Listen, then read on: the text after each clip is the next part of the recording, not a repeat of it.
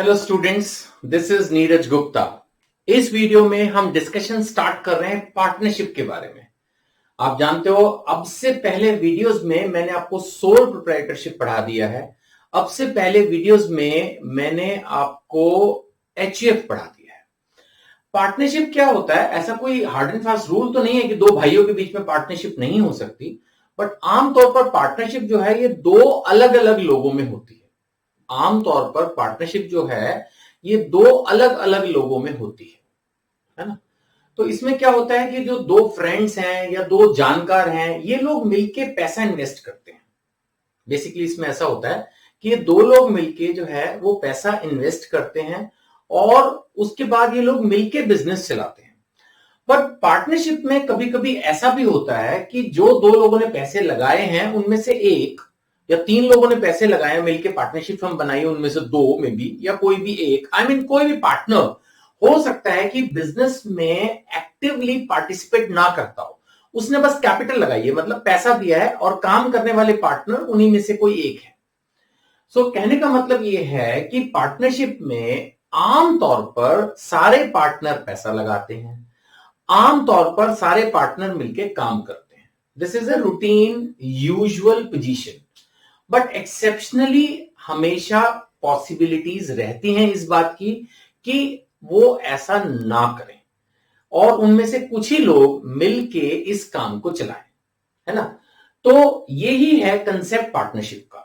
अब आपको ध्यान होगा, सोल प्रोप्राइटरशिप जब हम पढ़ते थे तो हम हमेशा बात करते थे कि सर एक ही आदमी अकेला लगा हुआ, सारा रिस्क भी उसका, ठीक है, प्रॉफिट सारा उसका, लेकिन बिजनेस में तो रिस्क सबसे पहले है ना, तो रिस्क सारा उसी का।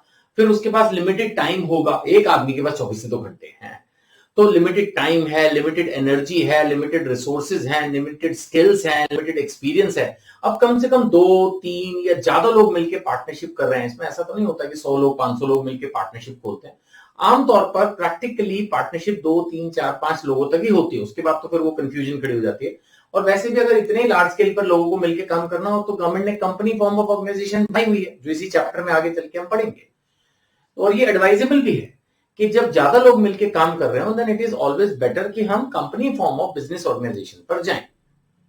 खैर, तो फिलहाल जो हमारा डिस्कशन है वो ये है कि partnership, as per partnership act क्या है। अब देखिए, मैंने आपको शायद पहले भी ये चीज बताई थी कि इंडिया में कोई भी चीज जो लॉ है वो कहीं ना कहीं गवर्नमेंट ने डिफाइन करके छोड़ रखा है और उसके हिसाब से ही उन चीजों में कोई भी अगर कल को डिस्प्यूट हो, कोई मैटर हो, तो उसको गवर्न किया जाता है, राइट। तो अगर हम पार्टनरशिप की बात करते हैं तो according to the Indian partnership act 1932 हम इसकी बात करते हैं अगर, तो इसमें पार्टनरशिप क्या है? It's a relation between persons. It's a relation between persons. Persons कौन है? पार्टनर्स। उनके बीच का जो रिलेशनशिप है दैट इज बेसिकली पार्टनरशिप। मिलके पार्टनर बन के बिजनेस कर रहे हैं। So it's a relation between persons who have agreed to share the profits of the business. यहां पर मैं वर्ड बिजनेस के ऊपर स्ट्रेस करूंगा, यहां पर मैं वर्ड बिजनेस के ऊपर स्ट्रेस करूंगा। पार्टनरशिप जो टर्म है वो सिर्फ बिजनेस के लिए यूज की जाती है। हो सकता है कि हम दो लोग मिलके या ज्यादा लोग मिलके कोई एनजीओ चलाएं, हम सोचें कि स्ट्रे डॉग्स को हेल्प करेंगे या पुअर लोगों को टीचिंग करेंगे या कोई मेडिकल सर्विसेज मिलके देंगे, but if the object is not to earn profit, if the object is not like a business, then it is not a partnership. यानी कि पार्टनरशिप तभी मानी जाएगी, कोई भी एसोसिएशन, कोई भी एग्रीमेंट, कोई भी वर्किंग, जब ये बिजनेस हो, यानी प्रॉफिट कमाने के लिए, प्रॉफिट कमाने की इंटेंशन से एक्टिविटीज हो, जो बिजनेस की बेसिक डेफिनेशन है, तो ही पार्टनरशिप रेलेवेंट है। ये पॉइंट थोड़ा समझना है।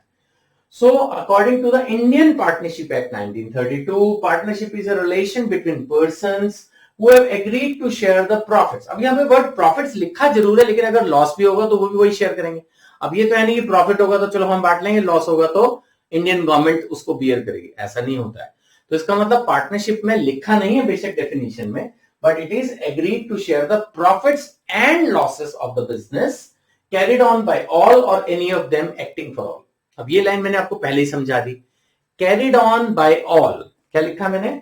Carried on by all. या तो वो बिजनेस सारे मिलके चला रहे होंगे, no problem, that is the first thing, या फिर उनमें से कोई एक या एक से ज्यादा, any of them acting for all. कहने का मतलब है, अगर पार्टनरशिप फर्म में 3 पार्टनर है और 2 मान लेते हैं स्लीपिंग पार्टनर है, जो लोग सिर्फ कैपिटल इन्वेस्ट करते हैं, काम नहीं करते, उनको स्लीपिंग पार्टनर बोलते हैं। तो सपोज अगर हमारे पार्टनर 3 में से 2 भी स्लीपी हैं, कोई बात नहीं, एक काम कर रहा है and he is working on behalf of all, that means वो जो भी एक्शंस लेगा वो बाकी के दोनों पार्टनर्स पर भी बाइंडिंग होंगे, एप्लीकेबल होंगे। वो कल को ये नहीं बोल सकते कि हमें नहीं पता इसने क्या कर लिया। नो सर, आप ऐसे नहीं कर सकते, आप पार्टनर्स हो। जब पार्टनर हो, आप ही ने एक बंदे को ऑथराइज किया अपने बिहाफ पर काम करने के लिए, तो फिर वो जो भी करेगा आपको उसकी बात समझनी होगी, माननी होगी। जो भी उसके डिसीजंस हैं वो सारी फर्म पर एप्लीकेबल होंगे। या फिर सारे मिलकर करो काम, गवर्नमेंट ने रोका तो है नहीं। उन्होंने पहले ही कहा ना that you can do all, it can be carried on by all. सारे लोग मिलकर करो, बेस्ट है, कोई प्रॉब्लम ही नहीं आएगी। लेकिन अगर आप लोग इसको लिमिटेड वे में चलाना चाहते हो तो फिर इसका तो कोई इलाज है ही नहीं, है ना। तो अब ये मैंने आपको पार्टनरशिप की बेसिक डेफिनेशन पढ़ाई है, इसी को ज्यादा याद करना इंपॉर्टेंट है कि पार्टनरशिप एक्ट 1932 ने क्या बोला, it's a relation to agree to share they have agreed to share the profits and losses of the business. Business होना जरूरी है and it can be carried on by all, और दोनों में से कोई भी चीज हो सकती है, या तो कैरिड ऑन बाय ऑल होगा या any of them acting for all. कोई भी, मतलब ऐसा कुछ ये जरूरी नहीं कि या तो सारे करेंगे एक करेगा, नहीं, कुछ भी, एनी कॉम्बिनेशन। सपोज 5 पार्टनर है, एनी कॉम्बिनेशन, 5 मिलके कर रहे हैं, 4 मिलके कर रहे हैं, 3 मिलके कर रहे हैं, एनी कॉम्बिनेशन इज एक्सेप्टेबल। अब अगर आप पार्टनरशिप करते हो तो डेफिनेटली आपके पास ज्यादा रिसोर्सेज होंगे, आपके पास ज्यादा स्किल्स होंगी, आपके पास शेयरिंग ऑफ जो है, बेटर शेयरिंग ऑफ स्किल्स नहीं है ये लास्ट में, it is better sharing of risk है। स्किल्स तो मैंने ऊपर लिख दिया था, it is better sharing of risk. Naturally जब आपके पास ज्यादा पार्टनर हैं तो आप रिस्क भी अच्छे से उसको शेयर कर सकते हो। भगवान ना करे अगर लॉस होता है 10 लाख का तो 3 पार्टनर मिलकर बियर करेंगे। सोल प्रोप्राइटरशिप में ये तो प्रॉब्लम थी कि 10 के 10 लाख का लॉस फिर एक आदमी को बियर करना पड़ेगा। तो पार्टनरशिप के अपने कुछ एडवांटेजेस हैं, वो बात अलग है, इसमें फिर आगे हम डिस्कस करेंगे। डिसएडवांटेजेस भी हैं, जब कुछ लोग मिलकर काम करते हैं तो कई तरह की कंफ्यूजन्स भी होती हैं, तो वो सब हम डिस्कस करेंगे बाद में।